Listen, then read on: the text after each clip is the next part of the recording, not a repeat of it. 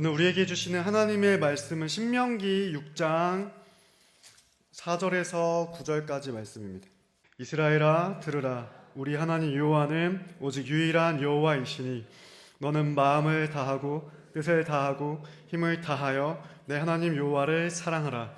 오늘 내가 내게 명하는 이 말씀을 너는 마음에 새기고 내 자녀에게 부지런히 가르치며 집에 앉았을 때든지 길을 갈 때든지 누워 있을 때든지 일어날 때든지 이 말씀을 강론할 것이며 너는 또 그것을 내 손에 메어 기호를 삼으며 내 미간에 붙여 표를 삼고 또 내 집 문설주와 바깥 문에 기록할지니라.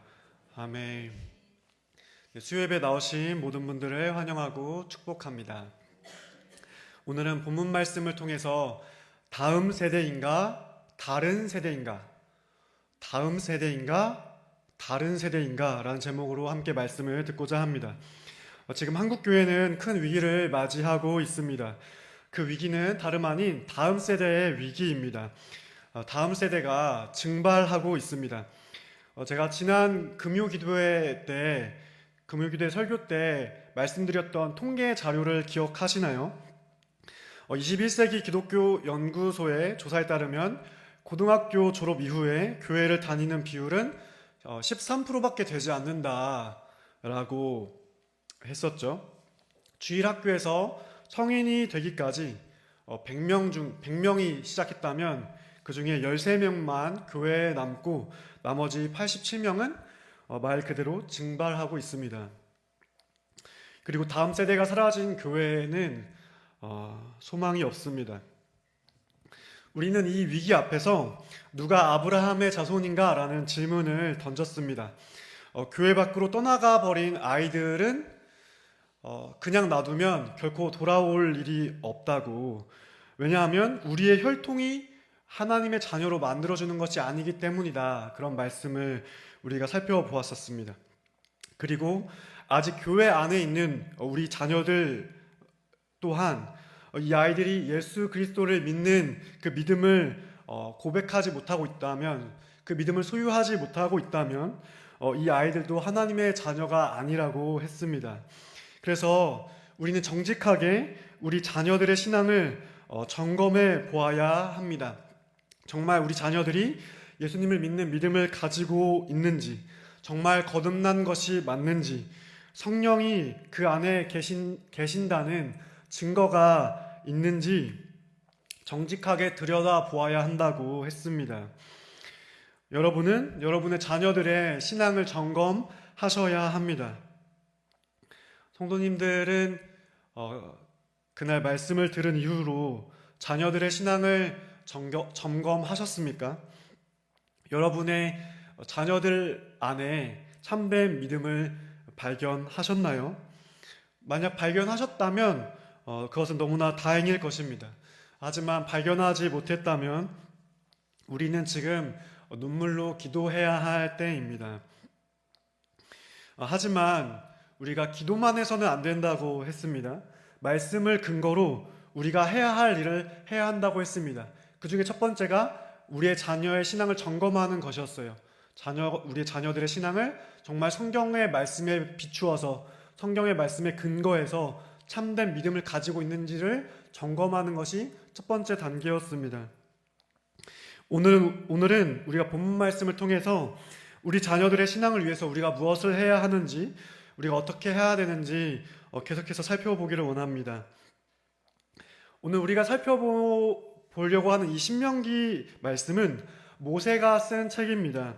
여기서 기억해야 할 점은 이 신명기라는 책 자체가 이스라엘이 광야 생활을 했잖아요. 출애굽한 다음에 광야 생활을 했는데 그 광야 생활을 40년을 한 다음에 그 40년 뒤에 쓰여진 책이라는 사실입니다. 우리 신명기 1장 1절에서 3절 말씀 한번 같이 읽어보겠습니다. 시작.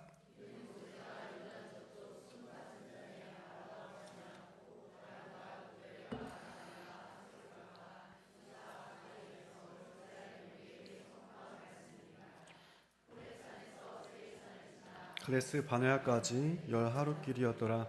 만째 해 열한째 달 그 달 첫째 날에 모세가 이스라엘 자손에게 여호와께서 그들을 위하여 자기에게 주신 명령을 다 알렸습니다. 네. 3절 말씀을 보면 마흔째 해 열한째 달 그 달 첫째 날에 모세가 이스라엘 자손에게 여호와께서 그들을 위하여 자기에게 주신 명령을 다 알렸으니 이렇게 기록하고 있습니다. 그러니까 이 신명기 말씀은 마흔째 해가 되던 해, 그러니까 광야 생활 40년이 지난 그 해, 이제 이스라엘 백성들이 요단을 앞에서 그 가나안 땅에 들어가기 전에 모세가 마지막 유언으로 이스라엘에게 했던 말씀이라는 것입니다. 처음 출애굽했던 이스라엘 백성들은 가나안 땅에 들어가지 못했습니다. 그들이 광야에서 10번이나 하나님의 말씀을 거역하였고, 무엇보다 가나안 땅 앞에서 10명의 정탐꾼을 보냈을 때, 12명의 정탐꾼을 보냈을 때 하나님을 원망하며 가나안 땅에 들어가기를 거부했기 때문이었죠. 하나님은 그들의 귀에 들린 대로 행하겠다고 말씀하셨고, 그래서 그들을 가나안 땅에서 다시 돌리셔서 광야길로 인도하셨습니다. 그리고 그들이 가나안을 정탐했던 40일을 기준으로 40년 동안을 광야에서 지나게 하셨습니다.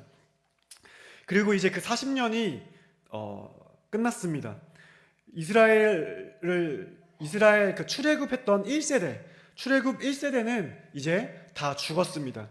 부모님의 불순종을 보았던, 그래서 광야 생활을 해야만 했던 2세대들이 어른이 되었습니다. 광야에서 태어났던 아이들이 이제 다 어른이 되었어요. 그들은 1세대처럼 불순종하기를 원하지 않았고 하나님의 말씀에 순종하며 가나안 땅에 들어가기를 원했습니다. 바로 그 2세대 이스라엘 백성들에게 하나님의 율법을 설명한 책이 이 신명기라는 책입니다. 가나안 땅에 들어가기 위해서 어떻게 해야 되는지, 그리고 가나안 땅에서 온전히 살기 위해서 하나님의 그 말씀을 배워야 했습니다. 하나님이 어떤 분이신지, 하나님이 무엇을 기뻐하시는지, 그리고 하나님이 그들에게 무엇을 요구하시는지 그들은 알아야 했습니다. 그래서 신명기 4장 1절에서 2절을 이렇게 말을 하고 있습니다. 우리 같이 한번 읽어볼까요? 이스라엘아,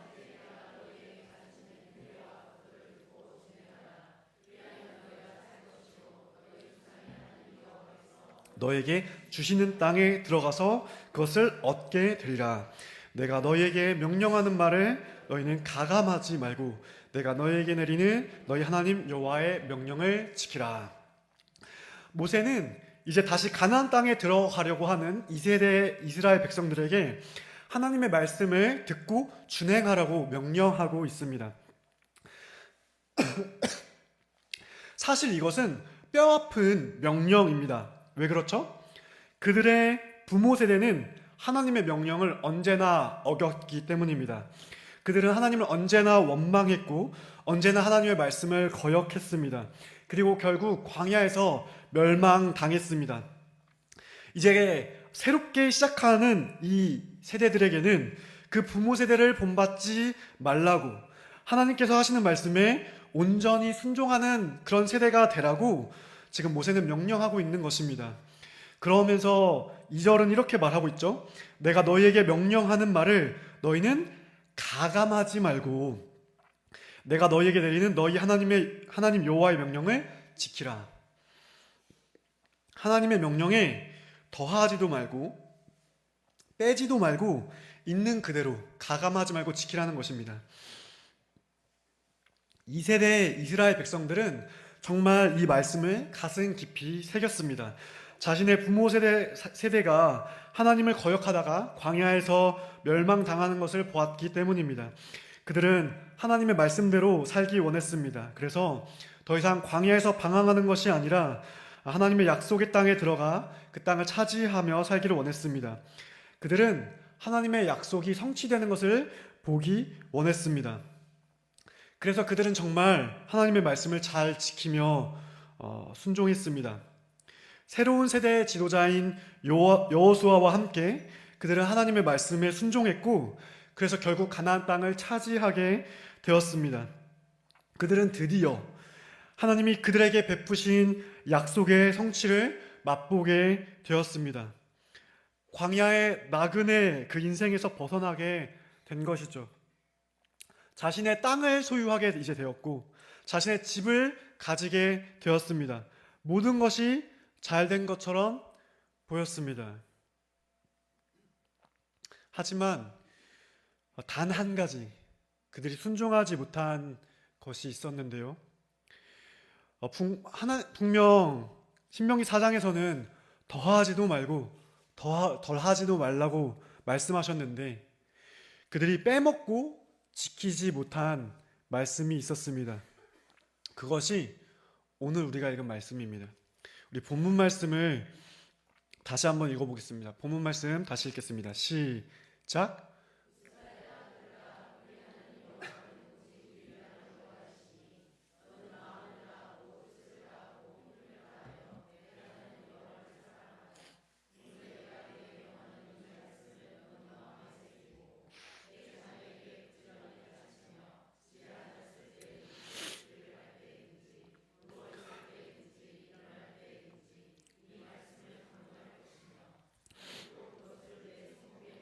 기호를 삼으며 내 미간에 붙여 표로 삼고 또 내 짐 물설주와 바가문에 기록할지라. 아멘.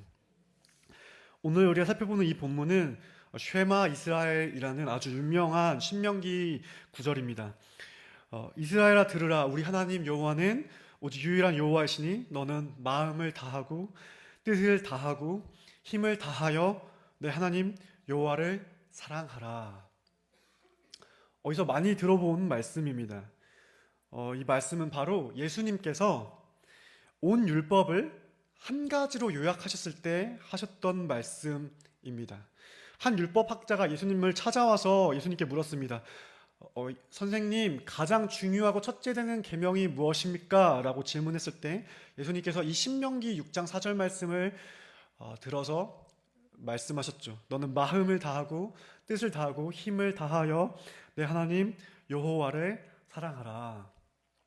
이것이야말로 모든 성경의 명령들, 모든 성경의 율법들을 요약한 것입니다.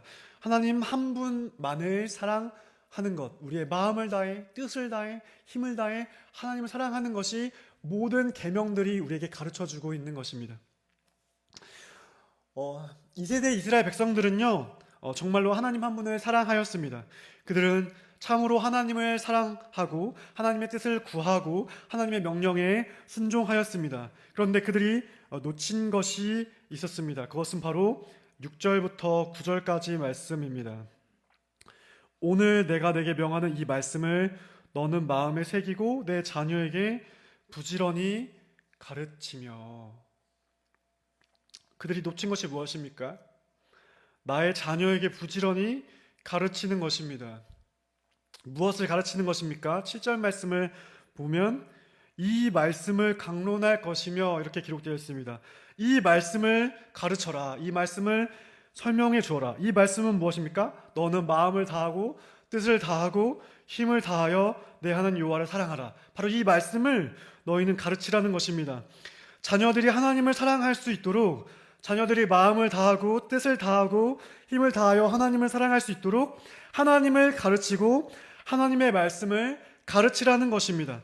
모든 율법을 요약한 것이 마음을 다하고 뜻을 다하고 힘을 다하여 여호와를 사랑하라는 것이었습니다. 그렇다면 반대로 마음을 다하고 뜻을 다하고 힘을 다하여 여호와를 사랑하라는 이 말씀을 가르치라는 것은 무슨 뜻이겠습니까? 모든 말씀을 가르치라는 것입니다. 예수님은 이와 동일한 명령을 예수님의 제자들에게 하신 적이 있습니다. 예수님이 승천하실 때 마태복음 28장 18절에서 20절에서 이렇게 말씀하셨죠. 우리 같이 한번 읽어볼까요? 시작. 시작. 예수께서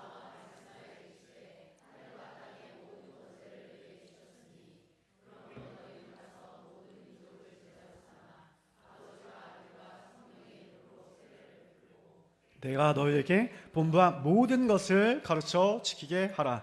볼지어다 내가 세상 끝날까지 너희와 항상 함께 있으리라 하시니라. 아멘. 예수님은 남겨진 제자들에게 모든 민족을 제자로 삼으라고 하셨습니다. 근데 어떻게 제자로 삼을 수 있습니까? 어떻게 제자 삼는 것입니까?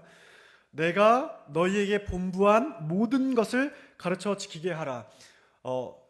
이 본문을 헬라어로 보면 사실 명령은 딱 하나만 돼 있습니다. 가르치라.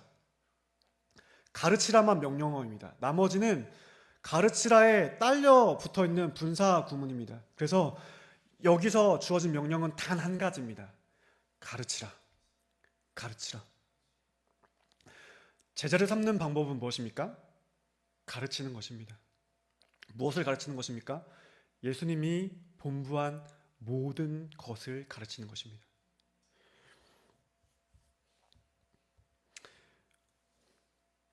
그러니까 오늘 우리가 살펴보는 신명기 말씀을 이 예수님 버전으로 바꿔보자면 이런 것입니다. 너희 자녀들에게 내가 본부한 모든 것을 가르쳐 지키게 해서 나의 제자를 삼으라 라는 명령인 것이죠. 너희만 나를 사랑하는 것이 아니라, 너희만 나의 제자로 사는 것이 아니라 너희 자녀들도 나를 사랑하도록 하고 너희 자녀들도 나의 제자가 되게 하라 라는 예수님의 명령인 것입니다. 그러면 얼마나 우리가 부지런히 가르쳐야 합니까? 오늘 신명기 말씀은 우리에게 부지런히 너희 자녀를 가르치라고 명령하고 있는데, 그렇다면 얼마나 부지런히 우린 가르쳐야 합니까? 본문 7절 말씀을 다시 한번 읽어보겠습니다. 시작. 내 자녀에게 부지런히 가르치며 집에 앉았을 때든지 길을 갈 때든지 누워 있을 때든지 일어날 때든지 이 말씀을 강론할 것이며. 아멘. 하나님이 우리에게 하시는 명령은 시시때때로 항상 언제든지입니다. 집에 앉았을 때든지 길을 갈 때든지 누워 있을 때든지 일어날 때든지 언제나 하나님의 말씀을 나의 자녀들에게 들려주는 것, 그것이 하나님께서 부모인 여러분에게 내리신 책무입니다. 하나님이 부모에게 내리신 명령입니다. 여러분은 이 명령에 순종하고 계십니까? 여러분은 이 말씀에 여러분의 생명을 걸고 계십니까? 여러분은 여러분의 자녀들과 함께 있는 시간 동안 얼마나 그들에게 하나님의 말씀을 들려주고 계십니까? 여호수아 세대, 이스라엘 2세대는 바로 이 말씀을 지키는 데 실패했습니다. 그래서 어떻게 되었습니까? 그들은 하나님을 사랑했지만, 그들은 하나님을 바로 섬겼지만 그들의 자녀들은 하나님을 버리는 일이 발생했습니다. 사사기 2장 8절에서 10절 말씀 같이 읽어보겠습니다. 여호와의 종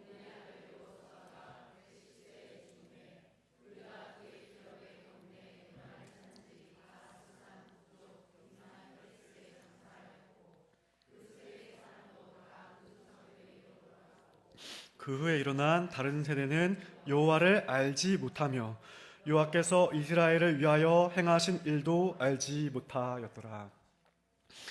여호수아 시대의 사람들이 다 죽자 다음 세대가 아닌 다른 세대가 일어났다라고 말하고 있습니다.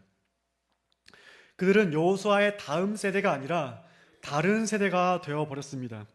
신앙의 세대가 아니라 불신앙의 세대가 되었습니다. 왜 그렇습니까? 사사기 2장 10절 말씀을 다시 한번 보십시오. 그들이 죽고 일어난 다른 세대는 여호와를 알지 못하였다. 그들은 여호와를 알지 못하였기 때문입니다. 부모 세대에게서 하나님에 대해 듣고 배우고 알았어야 하는데, 하나님이 그들에게 행하신 일을, 그 크신 일을 배웠어야 하는데 그렇지 않았기 때문입니다. 그래서 그들은 하나님이 아닌 가나안 땅의 토착신을 섬기기 시작합니다. 사사기 2장 11에서 15절 말씀 같이 읽어보겠습니다. 이스라엘 자손이 여호와의 복전에 악을 행하여 바알들을 섬기며 애굽 땅에서 그들을 인도하여 내신 그들의 조상들의 하나님 여호와를 버리고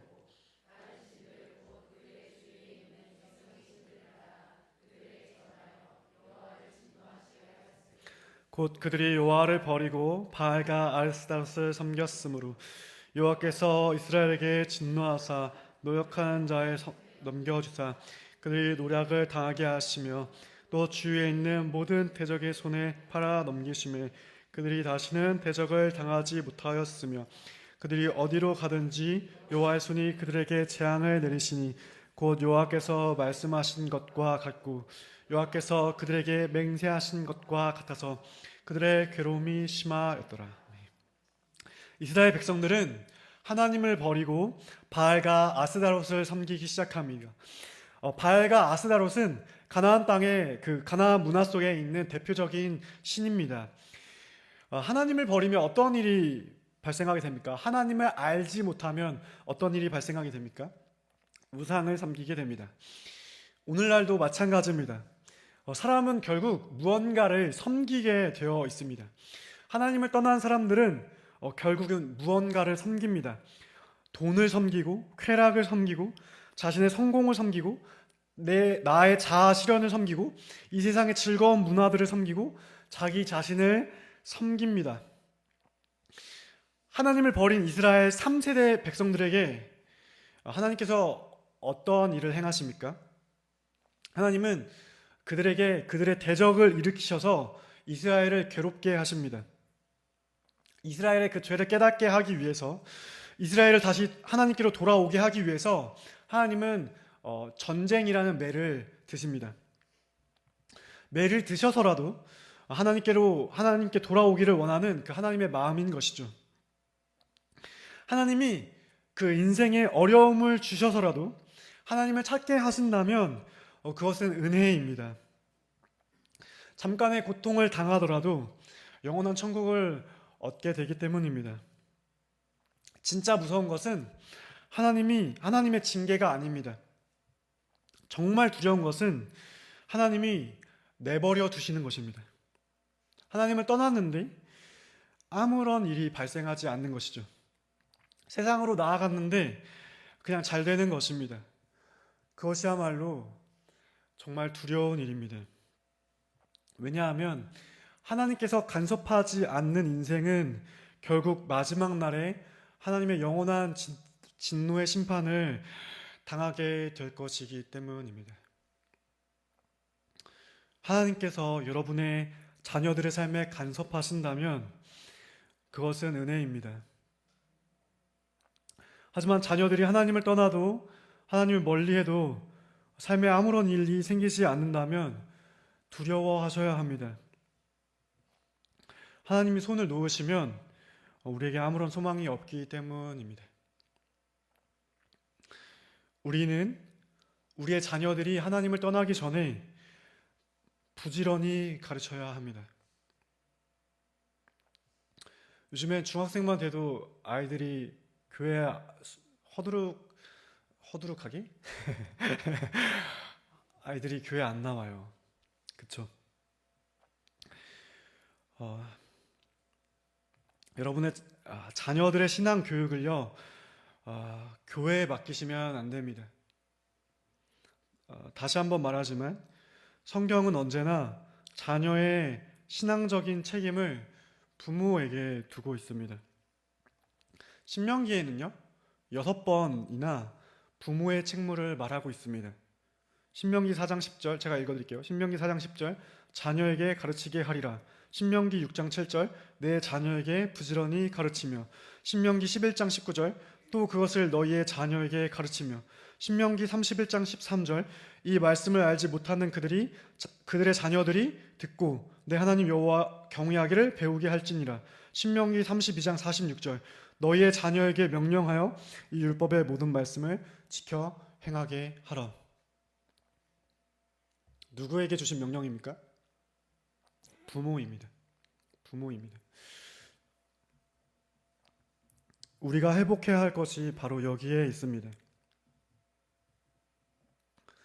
어떤 날고 기는 사역자가 와서 사역한다고 우리 아이들의 신앙이 자라지 않습니다. 제가 날고 기지 못해서 하는 말은 아닙니다. 죄송합니다. 더 좋은 사역자가 왔어야 되는데, 대단한 설교자가 설교한다고 우리 아이들이 하나님을 알게 되는 것이 아닙니다. 어떤 좋은 제자훈련 프로그램을 운영한다고 하나님을 떠나는 세대가 하나님께 돌아오는 것이 아닙니다. 부모인 여러분이 이 말씀에 온전히 순종하여 부지런히 하나님을 가르칠 때 우리 아이들은 하나님을 알게 될 것입니다. 부모인 여러분이 이 말씀에 충실히 순종하여서 앉으나 서나 들어가나 나가나 하나님을 가르친다면 우리 아이들은 하나님 경외하기를 배우게 될 것입니다. 우리 아이들이 하나님을 사랑하게 될 것입니다. 우리 아이들이 하나님 한 분만을 섬기게 될 것입니다. 하지만 우리 아이들의 신앙을 그저 일주일에 한 번 나오는 교회에 맡기신다면, 저에게 맡기신다면 이 아이들은 다음 세대가 아니라 다른 세대가 될 것입니다. 일주일 내내 세상의 말을 듣죠. 일주일 내내 세상의 문화 속에 살아갑니다.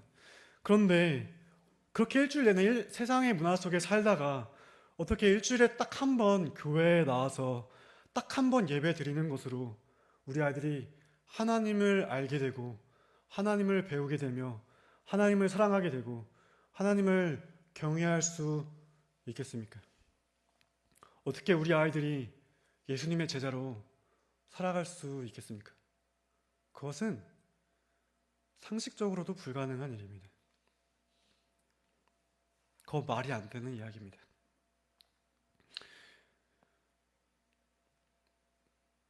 우리 부모님들, 성경에서 명령하고 있는 여러분의 책무를 다하십시오. 하나님이 이미 명령하신 그 명령을 수행하십시오. 하나님은 이미 우리에게 방법을 가르쳐 주셨습니다. 단지 우리가 그 방법을 따르고 있지 않았을 뿐입니다. 그리고 자녀들을 위해 기도하십시오. 마지막으로 우리가 오늘 본문 말씀에 비추어서 우리가 이미 다른 세대가 되어버린 것은 아닌지 돌아보기를 원합니다. 오늘 본문 4절 5절 말씀을 같이 읽어보겠습니다. 시작.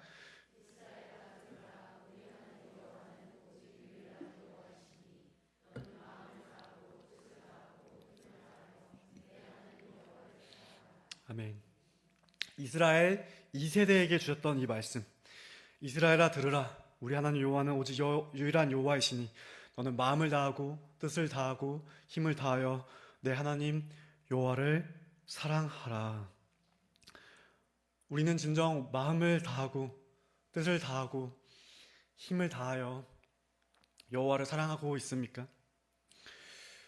만약 우리가 하나님을 사랑하지 않는다면, 우리가 먼저 하나님을 사랑하고 있지 않다면 우리 자녀들에게 하나님을 사랑하라고 가르칠 수는 없을 것입니다.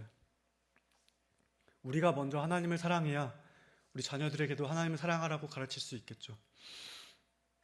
여러분은 진정 하나님을 사랑하고 계십니까? 사랑은 말로 하는 것이 아닙니다. 행동으로 하는 것입니다. 결혼도 안 한 제가 이런 말 해서 죄송합니다. 말은 사랑한다고 100번이고 1000번이고 말하지만 정작 나의 시간과 수고와 관심은 다른 사람에게 주고 있다면 그러면 누구를 사랑하는 것입니까? 영희 씨에게 매일 사랑한다고 말은 하지만 영숙 씨에게 나의 시간과 노력과 내 관심을 기울이고 있다면, 그런데 사랑한다는 말은 안 해요. 누구 사랑하고 있는 것이죠? 영숙 씨겠죠?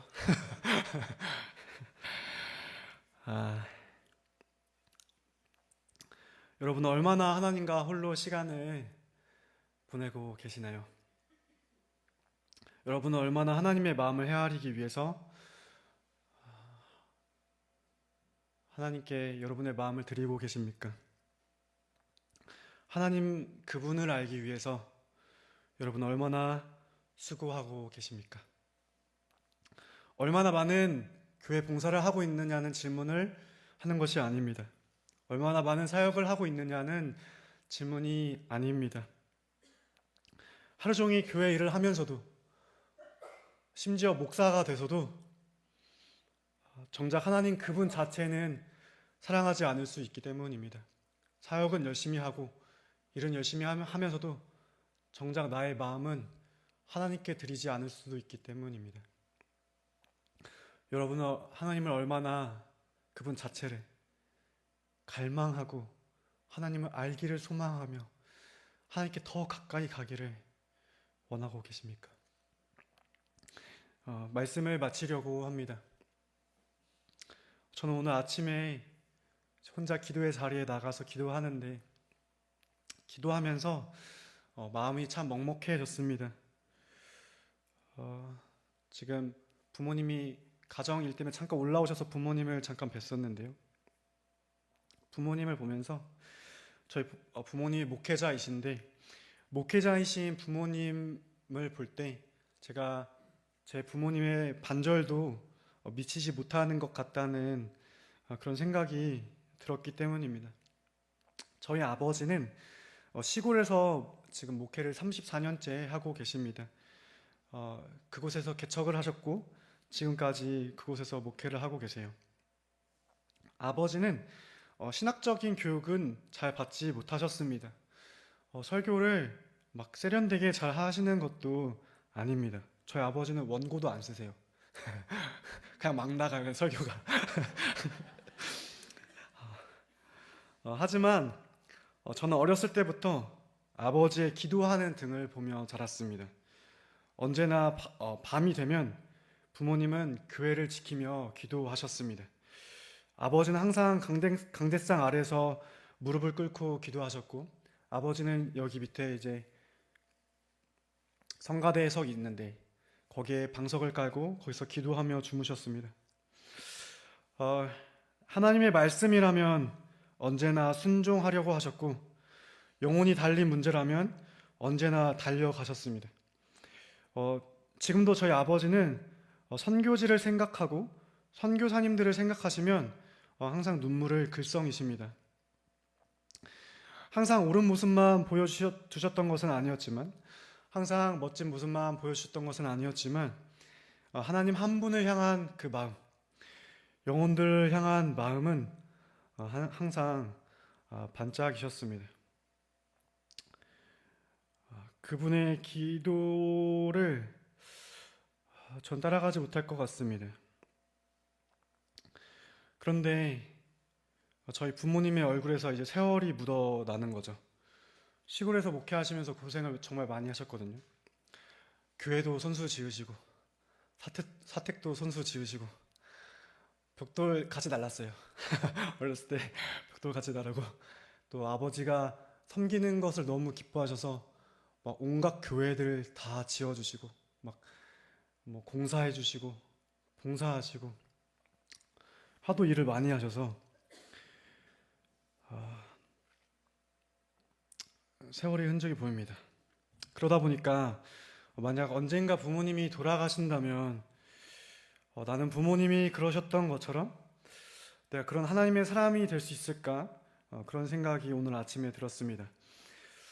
그 전보다 더 악해진 이 세대 가운데 성령의 갑절의 영감을 받아도 부족할 판국인데 하나님을 향한 마음도 더 적고 기도도 더 적게 하고 성령으로 충만하지 못한다면 이 세대를 감당할 수 있을까? 그런 생각이 들었습니다. 세상은 더 악해져만 가는데 하나님을 향한 우리의 마음은 더 작아지는 것만 같습니다. 우리의 기도의 무릎은 더 약해져만 가는 것 같습니다. 하나님을 찾는 그 갈망은 더 쪼그라들고 순종의 걸음은 더 흐릿해져만 가는 것 같습니다. 그래서 오늘 아침 기도하면서 우리가 다른 세대가 아니라 다음 세대가 될 수 있도록 믿음의 선배님들이 생명을 걸고 걸으셨던 그 믿음의 길을 끝까지 걸을 수 있도록 기도했습니다. 우리가 먼저 다음 세대가 되기를 축복합니다. 그리고 우리의 신앙을 우리의 자녀들에게 잘 물려줄 수 있기를 예수님의 이름으로 축복합니다.